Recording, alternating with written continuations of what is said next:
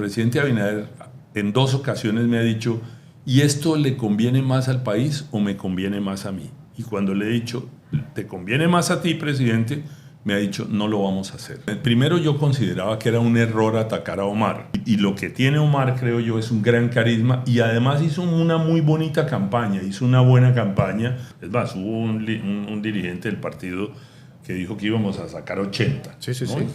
Cuando lo vi dije que esto es una locura. Yo creo que en las campañas eso va en contra de la movilización. Pero de alguna manera tienes que dejar las camisas de cuadro, que son las camisas que usan tradicionalmente los políticos. Añejado, ¿no? No, y de los pueblos. Saludos, estamos aquí desde listindiario.com y desde todas sus plataformas con el consultor Mauricio de Bengoechea, un colombiano que se hizo dominicano porque tiene ya en el país trabajando y viviendo 20 años. Nosotros vamos a conversar con él sobre su experiencia como consultor político y sobre su experiencia sobre las pasadas elecciones en las que resultó ganador el presidente Luis Abinader. Hola, Mauricio. Muchas gracias, Fabio, por esta invitación. Me da mucho gusto estar aquí con ustedes. Qué bueno, estamos aquí acompañado de Juan Eduardo Tomás y de Freddy Ortiz, un alumno tuyo. Qué gran honor. Y él quiso acompañarnos en la entrevista. Gracias, Mauricio, por acompañarnos. Vamos a darle a Tomás la oportunidad de que te haga la primera pregunta. Primero, la evaluación del proceso electoral. Gana el presidente Abinader, no con el porcentaje que algunos estaban previendo que iba a suceder, pero de todas formas gana en primera vuelta. Se consolida Leonel Fernández como el principal líder de la oposición política. Un poco, ¿cuál es la lectura que hace Mauricio de Bengoechea de este proceso electoral que ha concluido? Mira, yo creo que en primer lugar me parece que para la democracia dominicana fue muy importante el proceso porque fue no fue una fiesta como en otros años democrática, fue una medio apagada fiesta democrática porque no hubo tanta alegría como antes.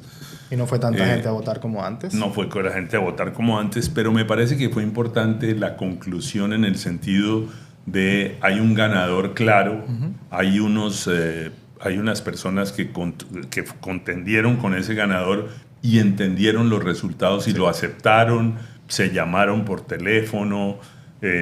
Fue una cosa muy civilizada y muy democrática, no las quejas que a veces ocurren de que aquí se compraron los votos y ustedes me ganaron por tal o tal otra cosa. No, fue una cosa, digamos, democráticamente importante para este país que creo que tiene por delante la necesidad de fortalecer esas instituciones democráticas. Y los resultados de las elecciones son el primer paso para eso. Hay un ganador claro en primera vuelta, como tú bien dices, a lo mejor había gente que quería que fuera por más de 60, que fuera una cosa, digamos, pero la verdad, uno gana con la mitad más uno de los votos en primera vuelta. Cuenta lo mismo si tienes la mitad más uno, o si tienes 60 o 70. O si ganas en segunda vuelta también. O si ganas en segunda vuelta, exactamente. De manera que yo lo veo bien. Fue una victoria contundente porque el partido de gobierno o el oficialismo por primera vez tiene 140 y tantos diputados, que es una barbaridad. O sea, tiene una mayoría, digamos, absoluta, que le permite, digamos, que le permite hacer reformas y le permite hacer cambios importantes en el Congreso, y además tiene 29 senadores. Sí. Entonces yo creo que pasar de 52 que sacó en el 24 a tener casi 58, pasar de los diputados que tenía a tener los que tiene hoy y tener 29 senadores que antes tenía 17, creo que es un gran triunfo y uno tiene que estar, por lo menos los que estamos de este lado, muy contentos. Pero a pesar del gran triunfo, Mauricio, el domingo, cuando salí de aquí del periódico, a la medianoche, fui por el centro de la ciudad y no noté esa euforia, esa algarabía de la victoria, de ese gran triunfo del presidente Abinader y del triunfo de la mayoría de los senadores y diputados en todo el país. Yo llegué a mi casa y le dije a mi mujer, oye, vi la capital apagada, no la euforia de otros tiempos. ¿Qué pasó? ¿Hemos madurado o el PRM esperaba más? Mira, primero te tengo que decir que el presidente Abinader no es un hombre de celebraciones. Él mismo lo ha dicho. A él no le gusta ni celebrar ni llorar. O sea, él es una persona muy ponderada y muy moderada en todos los aspectos. Y yo creo que de alguna manera, al ser el líder, ha acostumbrado a la gente a que no hay que salir a enloquecerse, ¿no? Tú recordarás que en el 2020, que digo, la emoción era mayor después de 16 años afuera, llegar al poder, no hubo ninguna celebración. Le echaron la culpa a la pandemia. Como hay pandemia, no celebremos, pero la Pero verdad... había otra cosa detrás. Claro, obviamente. O sea, todos querían celebrar. Yo creo que aquí igual es verdad que la gente esperaba más y muchos dirigentes esperaban que ganara Guillermo Moreno. Y cuando vieron que no había pasado, pues eso de alguna manera les bajó ese ánimo de celebración, sobre todo en la capital. Pero en otras ciudades del país había una gran alegría, porque ahí no tenían ese... En Ocoa, ese de donde es el caballero acá, salieron con latas. Y Sí. O sea, eso fue un asunto de temprano. La gente estaba manifestando su alegría por la victoria del PRM. En ese sentido, Mauricio, en una parte de la campaña, Omar fue víctima de unos ataques en redes sociales y usted salió al frente diciendo que los votos se ganan proponiendo, no destruyendo. Eso causó cierta sorpresa en un sector del PRM porque usted está, digamos, ligado al partido de gobierno. ¿A qué se debió esa reacción que usted tuvo? Mira, yo me di cuenta en ese momento. Primero, yo consideraba que era un error atacar a Omar, porque digo, Omar es una persona nueva, limpia en la política, es un jugador nuevo y con futuro, como muchos de los jóvenes que participaron y salieron favorecidos. Pero además porque yo pensaba que si se atacaba a Omar, le iban a echar la culpa al presidente. Y la verdad es que ahí no hubo ninguna línea de ataque a Omar. Entonces yo dije, voy a salir yo a decir que no hay que atacar a Omar, que es un error, porque de alguna manera si el asesor del presidente dice que es un error, entonces no es el presidente quien lo está atacando. Y esa fue la razón que lo hice. Obviamente me lo cobraron porque como yo en el pasado asesoré a Leonel Fernández, entonces muchos de los activistas de las redes empezaron a decir, no, se va a regresar donde Fernández, lo va a traicionar, presidente Abinader. Digo, eso es normal en las campañas. Mauricio, pero lo hice por eso. ¿Y qué pasó? ¿Qué pasó que lo que decían las encuestas y las mediciones, los estudios que hacían a lo interno del Partido Revolucionario Moderno y encuestas que se publicaban, fallaron respecto a la senaduría del Distrito Nacional? Yo no creo que fallaron las encuestas. O sea, primero pensemos que Guillermo venía de muy abajo. O sea, Guillermo casi que empató en las encuestas en un momento dado a Omar. Después empezó a caer y en las encuestas que nosotros hacemos, por lo menos que yo no las publico porque son para manejo estratégico, al final nos daba arriba Omar. Las campañas, era difícil competir. Digo, Guillermo Moreno es un tipo serio, hubiera sido un gran senador, estoy seguro. Pero uno no puede competir a veces con el carisma de una persona. O sea, Obama cuando ganó su primera elección llevaba un periodo de senador y sin embargo le ganó a Hillary Clinton la candidatura. En Illinois, ¿verdad? Que era senador. Claro, siendo además ella una figura política nacional de gran peso y gran relevancia. Pero el carisma de Obama en ese momento fue superior y uno a veces gana con el carisma. Y lo que tiene Omar, creo yo, es un gran carisma y además hizo una muy bonita campaña, hizo una buena campaña, tenía un buen asesor, además que lo conozco bien, de manera que yo creo que fue difícil. No quiere decir que Guillermo no hubiera hecho una buena campaña, hizo la que tenía que hacer, que era, si él se mete a ser el senador de Alianza País y buscar la senaduría como manejaba antes sus candidaturas, seguramente hubiera logrado mucho menos. Se tenía que volver un hombre del partido y que el partido lo apoyara. ¿Le faltó tiempo? Yo creo que le faltó tiempo, entró muy tarde a la campaña, a la elección, mientras que Omar ya venía anunciando y jugando con el tema y digo, contando que quería ser senador de la capital. Fue un error escogerlo un poco ya tarde, avanzada del proceso. Yo no sé si fue un error, es una decisión del presidente. Una vez el presidente tomó la decisión de que debería ser Guillermo el candidato, todos nos teníamos que montar a tratar de que Guillermo ganara. O sea, de alguna manera nos estaba dando una señal el líder del partido y entonces todo el mundo se puso en eso. La pregunta es si todos los que se pusieron en eso, en la foto, lo hicieron de verdad. Porque a lo mejor no sucedió. Mauricio, a propósito de eso, ¿cómo se da esa relación entre el consultor y el líder del partido? Cuando el líder del partido tiene una visión y sobre un aspecto y el consultor tiene otra, ¿cómo se da cómo se maneja esto? Mira, te lo voy a decir de la siguiente manera. Los consultores no tenemos poder, tenemos influencia. Pero el poder lo tienen los políticos y los líderes, y ellos son los que toman las decisiones. De manera que muchas veces me ha pasado que uno le recomienda al líder, yo creo que usted debería hacer esto, pero él toma otra decisión. Entonces, en eso consiste la diferencia entre la influencia y el poder. De manera que la relación se da así, o sea, uno recomienda lo que uno cree como consultor a partir de lo que ve en la data, qué es lo que más le conviene. Pero hay otras razones políticas por las cuales se toman las decisiones. Y cuando fallan, te lo dije, de un lado y del otro, ¿cómo? Yo nunca busco llegar a donde el cliente a decirle, te dije que estabas equivocado. Porque eso no, ¿para qué? No es necesario, ¿no? Te convierte, llega un momento en que el consultor se convierte también en un activista y deja de lado la parte profesional.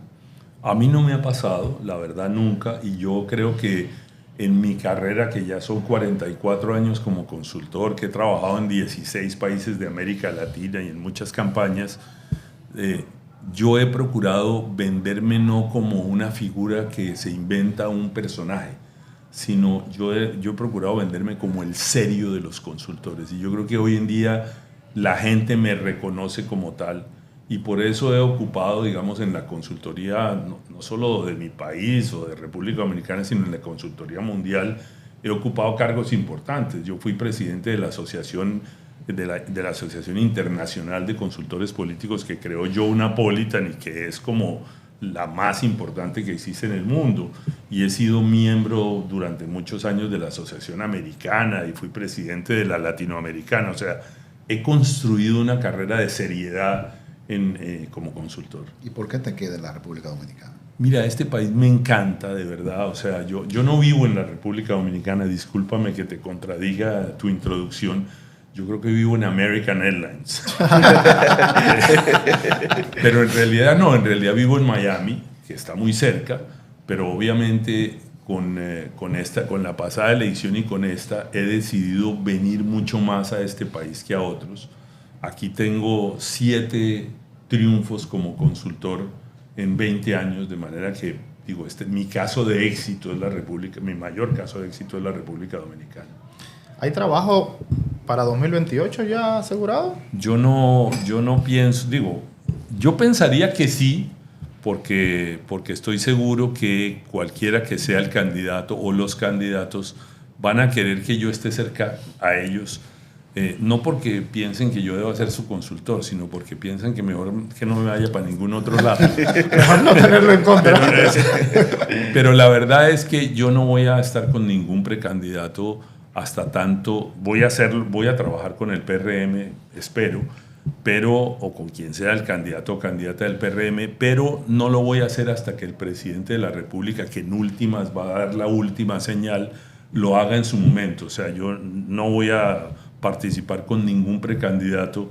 Yo voy a seguir trabajando con el presidente Abinader porque lo que me interesa ahora es el legado del presidente, o sea, qué deja el presidente, y me voy a dedicar a ayudarle en eso. En ese sentido, Mauricio, o sea, es muy raro ver un consultor político que se adentre tanto en una campaña desde el punto de vista hasta el protagonismo, digamos, de haciendo alusiones directas a un candidato X. En el caso suyo, se ha visto en las redes sociales promoviendo la candidatura, hasta votando y demás. ¿A qué se debe eso? ¿Es por tema de convicción personal o que ya está identificado con la causa del PRM? Mira, yo he trabajado con muchos líderes en la vida, pero nunca me había tocado una persona como el presidente Abinader, y lo digo con toda sinceridad, no porque esté aquí o porque él vaya o porque le vaya a llegar a este programa.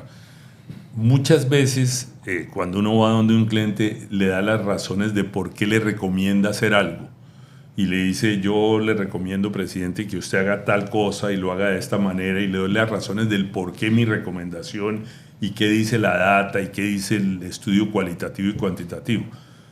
Y siempre ellos le preguntan a uno, algunos no preguntan, pero el presidente Abinader en 2 ocasiones me ha dicho: ¿y esto le conviene más al país o me conviene más a mí? Porque se ha dado cuenta que le convenía más a él. Y cuando le he dicho: ¿te conviene más a ti, presidente?, me ha dicho: no lo vamos a hacer. Y eso no existe en la política. Nunca me había pasado en ningún lugar. Entonces, el haber encontrado un líder con esa honestidad, digamos, personal, de verdad que me ha acercado muchísimo y me siento orgulloso de trabajar con alguien como él. Entonces, por eso es que también me metí casi que a promoverlo, ¿no? Pero de verdad ha sido... Pero tú viste que yo no promoví a nadie más. O sea, lo promoví al presidente. Yo quiero volver a la parte congresional. Todos sabemos que el PRM ha ganado de manera abrumadora, pero yo quisiera centrarme en 2 casos de la oposición que tuvieron éxito. Eduard Espíritu Santo en La Romana y Félix Bautista. Los 2 electos senadores. ¿Qué tiene Félix Bautista en San Juan que sencillamente no pierde? Yo pienso que Félix es un gran trabajador de la política, o sea, lo conozco del pasado.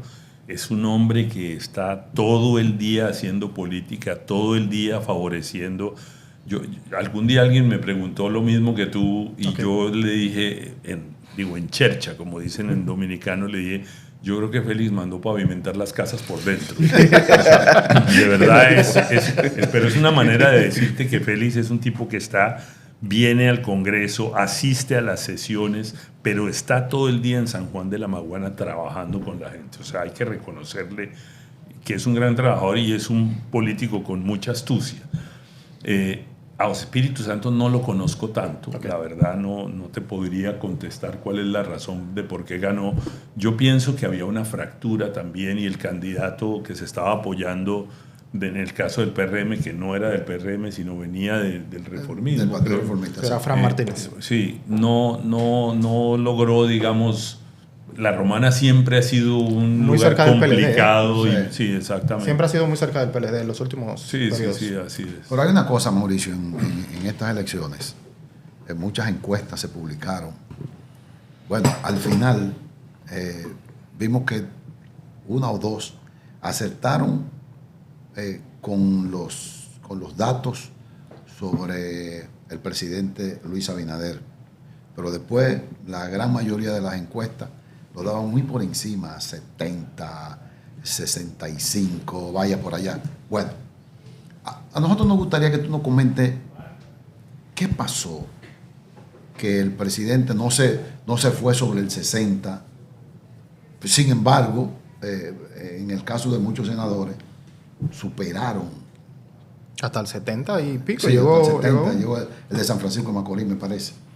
Mira, yo pienso que uno de los errores que se cometieron por parte del partido con ese gran entusiasmo de superar el 60 y el 65. Es más, hubo un dirigente del partido que dijo que íbamos a sacar 80. Sí.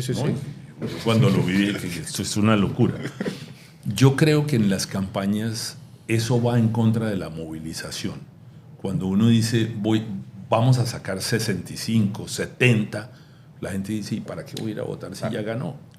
Entonces yo creo que lo que hay que hacer, y yo creo que es una gran lección que debemos aprender, es: vamos a ganar en primera vuelta, salgamos a ganar en primera vuelta, vayamos todos a votar para ganar en la primera vuelta, pero no digas el número, porque si empiezas a contarle a la gente que ya estás en 65 o en 68, no se siente motivado. Pasa lo que pasó, no hay motivación. Y yo creo que se crea mucha más motivación cuando no das el número, pero de alguna manera aseguras que vas a ganar en primera, pero empujas a la gente a que sea verdad. Eso yo creo que fue un error y creo que es una lección aprendida. Y en el caso de la oposición, ¿la estrategia le falló? Totalmente, porque yo creo que ellos hicieron una alianza que nunca fue alianza. Era una alianza era casi que hagamos una alianza para no vernos, no hablarnos, no encontrarnos, no reunirnos. Digo, no había ninguna alianza. Era un tema donde existía una pugna interna, existía la división que se creó desde la elección pasada, donde hubo una fractura del PLD, y en el fondo era quién se queda con el liderazgo de esos dos.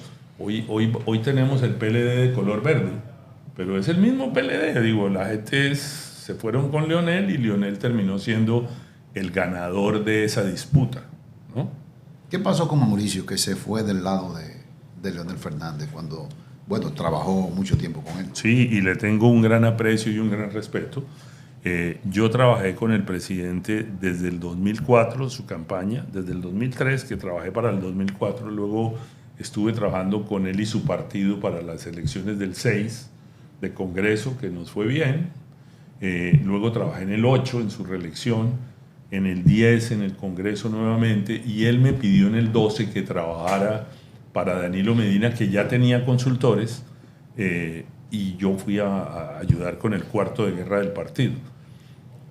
¿Por qué no seguí con Leonel Fernández? Por dos razones. La primera, que yo le dije, presidente, ¿qué necesidad tiene usted de volver a competir si usted fue 3 veces presidente? Usted está en el libro de historia, no necesita, o sea, usted ya dejó un legado en este país y lo que tiene que hacer ahora es su papel internacional, que además es un hombre que ha jugado un papel internacional importante y lo respetan en todo el mundo.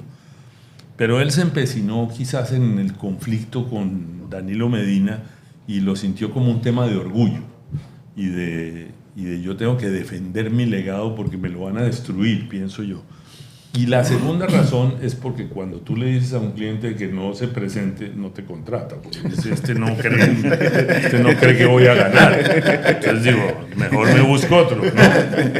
Y ahí me llamó Eligio Jaques, que fue quien me trajo al partido y me presentó al presidente Abinader, en ese momento Luis Abinader.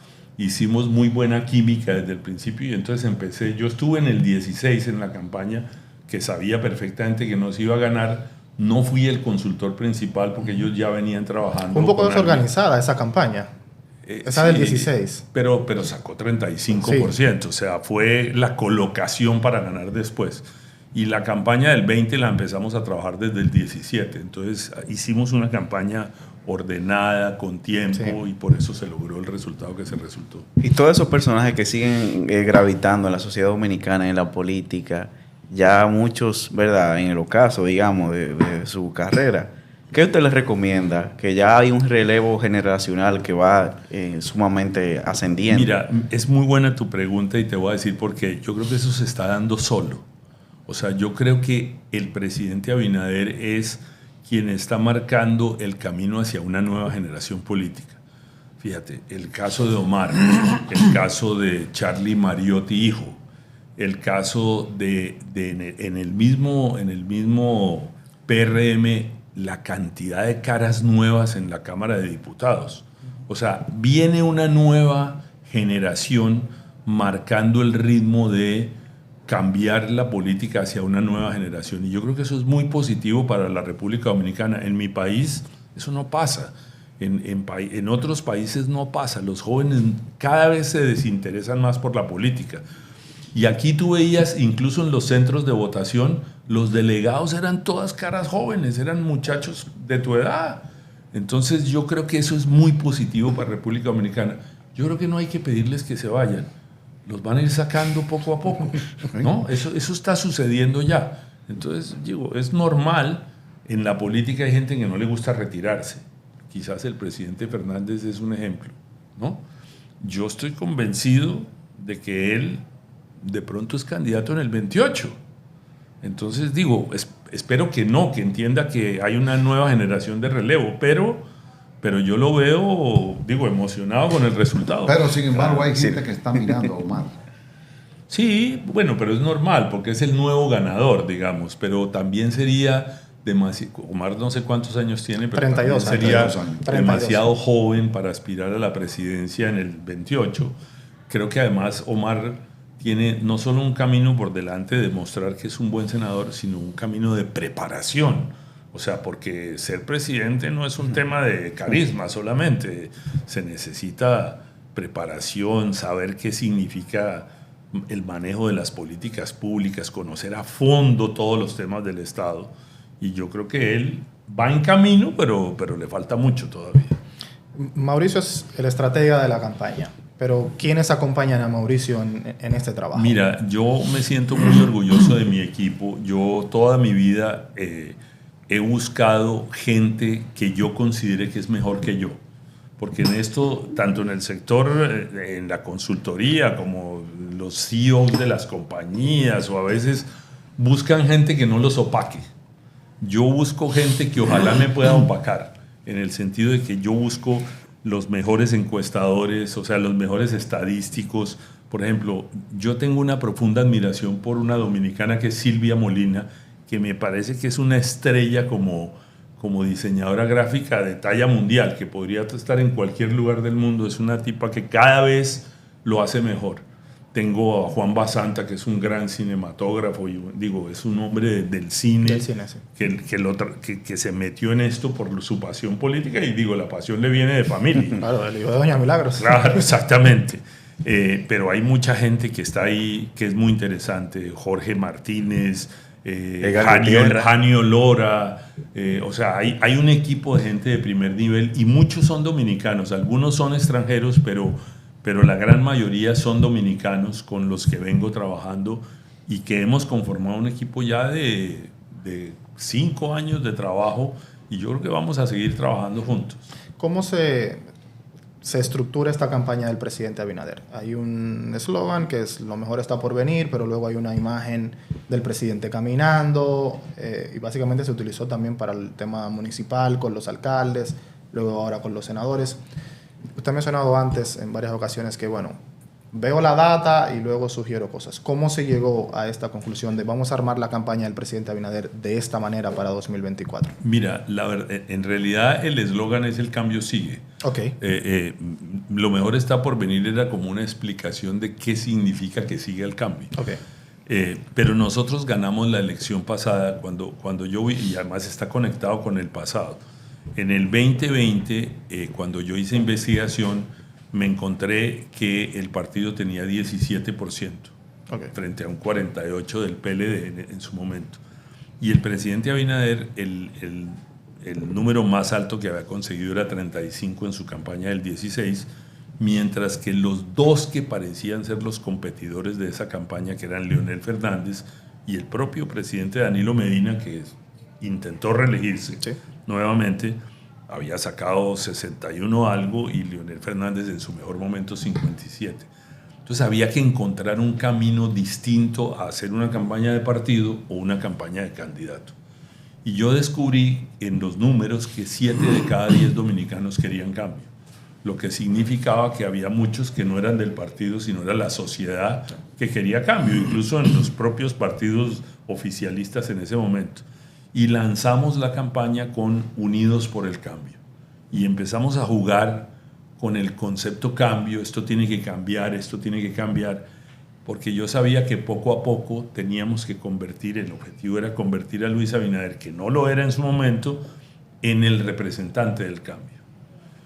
Y lo hicimos incluso trabajando la gráfica. Recordarás que Cambio tenía el logo del partido, como el pulgar era la I, y la de Luis también era la I, los colores eran los de la bandera, sin usar la bandera eran los mismos colores, y creamos esa coincidencia, digamos, visual, que siempre es muy importante porque lo que entra por los ojos, ¿no?, es muy fuerte. Claro. Y construimos esa idea. Cuando llegamos al gobierno, el primer eslogan fue estamos cambiando. Sí. O sea, continuamos el concepto del cambio. Y luego empezamos a hablar de esto es cambio cuando ya empezábamos a mostrar resultados. Y luego de eso dijimos, esto tiene que continuar porque nos está yendo bien. Cuando yo hacía la pregunta de, ¿usted cree que estamos cambiando o no? ¿Esto es más de lo mismo? Se movía entre 51 y 58% estamos cambiando. O sea, empezó en 51 y terminó en 58. Okay.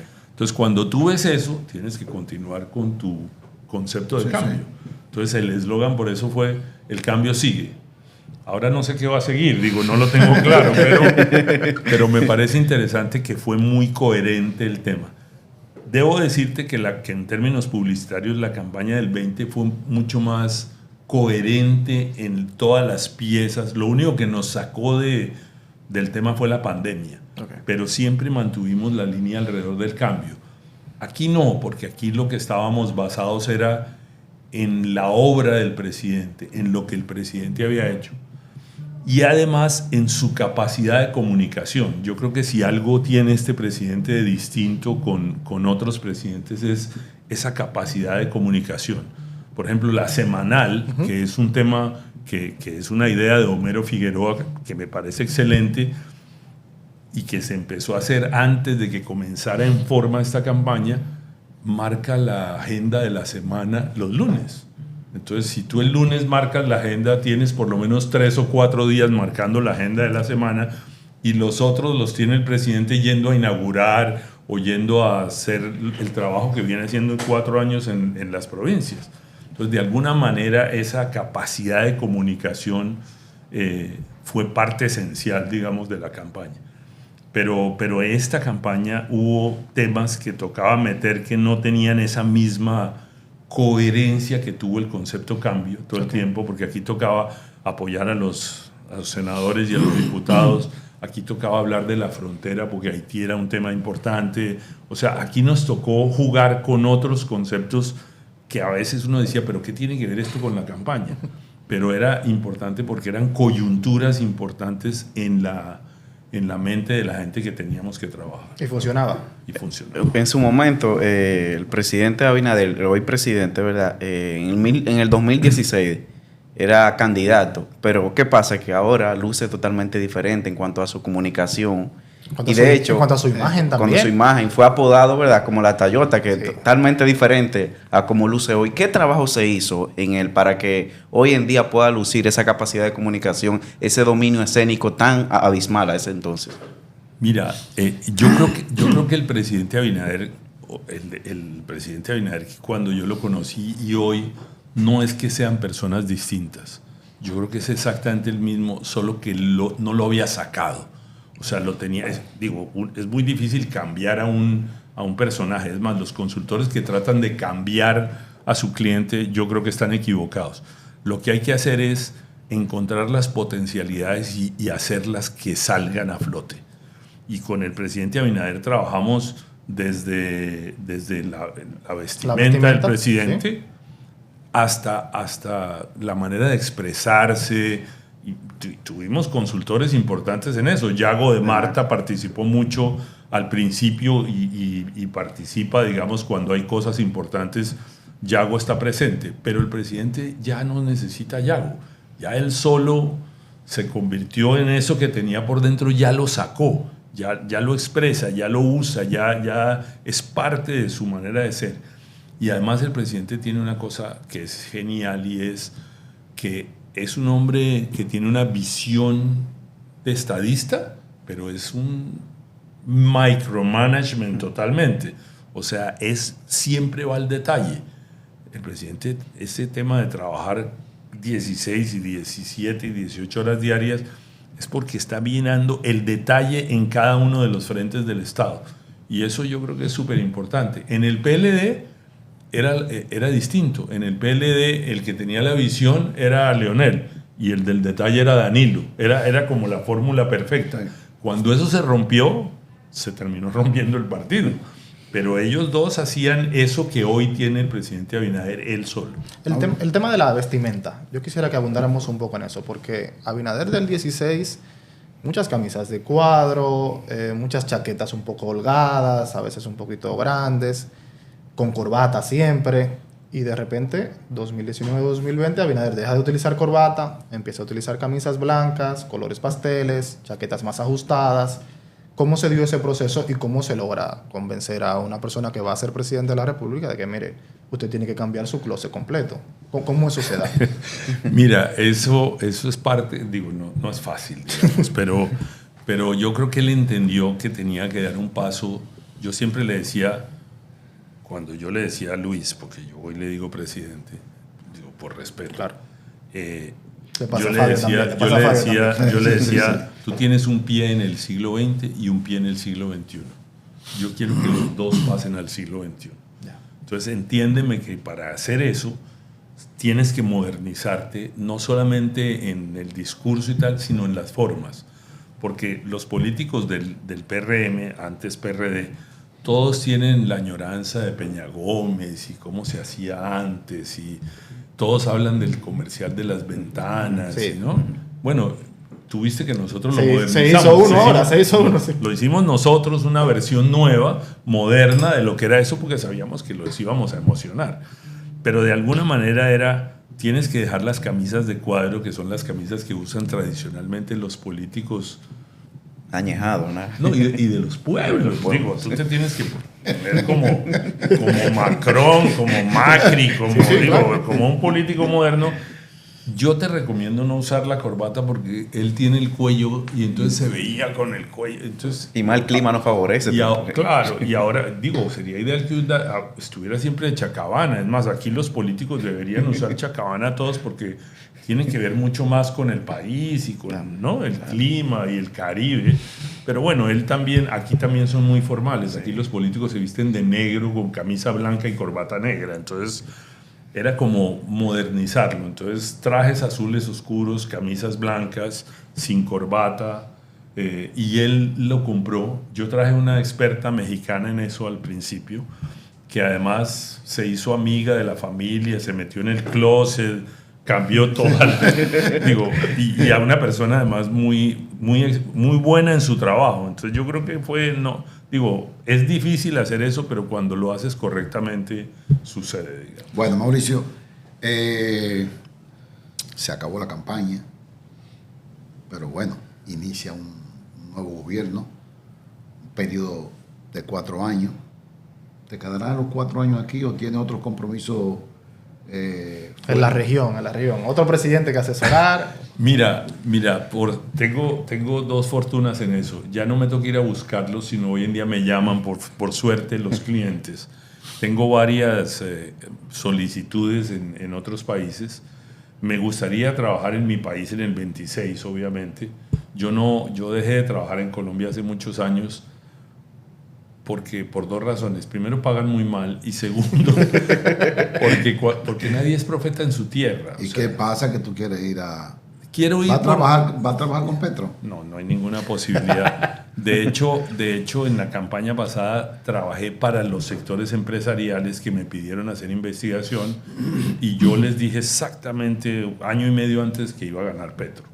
Porque en Colombia en su momento la investigación te decía, aquí hay muchos tenientes, pero solo hay 2 generales. El general Uribe, que está de salida, y el general Petro, que está de llegada. Esa era más o menos la conclusión, en pocas palabras, de la investigación. Hoy en día no hay ningún general en la campaña del 26, y yo no voy a ir a trabajar otra vez a mi país con un perdedor. Voy a ir a trabajar con los sectores empresariales para empujar 4 o 5 candidatos y después irnos con el que pueda ganar la elección. Ese es mi propósito en Colombia.